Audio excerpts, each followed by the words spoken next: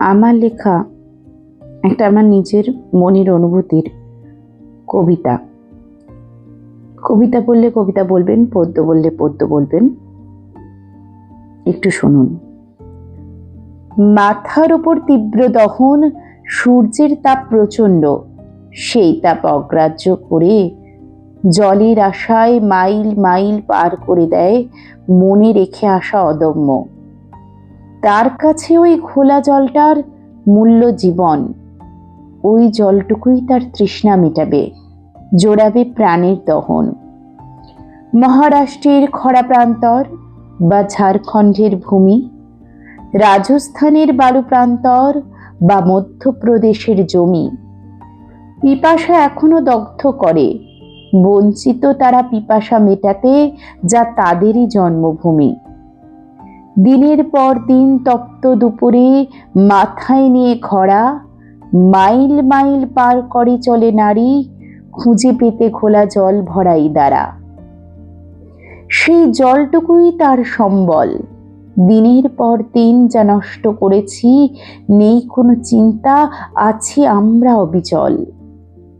বড় বড় কলকারখানা হবে, গরিব মানুষ উপকারী হবে, কিন্তু গ্রামের মেয়েটা পড়াশুনো করে সেই চাকরি কি পাবে, নাকি মায়ের সাথে জল ভরতে যেতে হবে? সভ্যতার সুফল আমরা নেব, উন্নত যত হব, কিন্তু যেখানে জীবনের জন্য লড়াই করতে হয়, সেখানে ঠান্ডা ঘরে বসে সেই কষ্ট বোঝাও আমাদের কাছে দায়। বুঝতে গেলে জীবন জীবিকা হয়ে যায় নয় ছয়। প্রতিটা কলকারখানা, প্রতিটা আইটি হাব যত হবে, দেশ উন্নত তত হবে। নাকি সেই মানুষটার কথা তুমি বলবে, যার মূল্য দিতে রাজি নয় কোনো সাহাব যত সবে? এসব মানুষ কীট পতঙ্গ, তুমি সবার কথা ভেবে কি করবে, করছো যে এত রঙ্গ। শুধু মনে রেখো, জীবনের হিসেব মেলানো বড়ই দায়।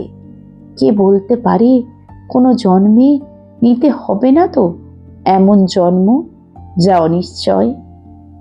সব হোক দেশে, উন্নতি হোক, সেটাই সবাই চায়। তার সাথে ওই মানুষের কথা মনে রাখা প্রয়োজন। তীব্র জলকষ্টে কাটায় যারা জীবন, ন্যূনতম পানীয় জলের অধিকার তারও আছে, যে এই মহান ভারত ভূমিতে জন্ম নিয়েছে। তাই তাদের কথা বলা আমার কাছে মনে হয়েছে আমার দায়।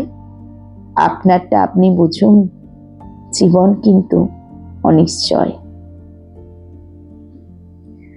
আমার লেখা আপনাদের পছন্দ হলে একটু জানাবেন।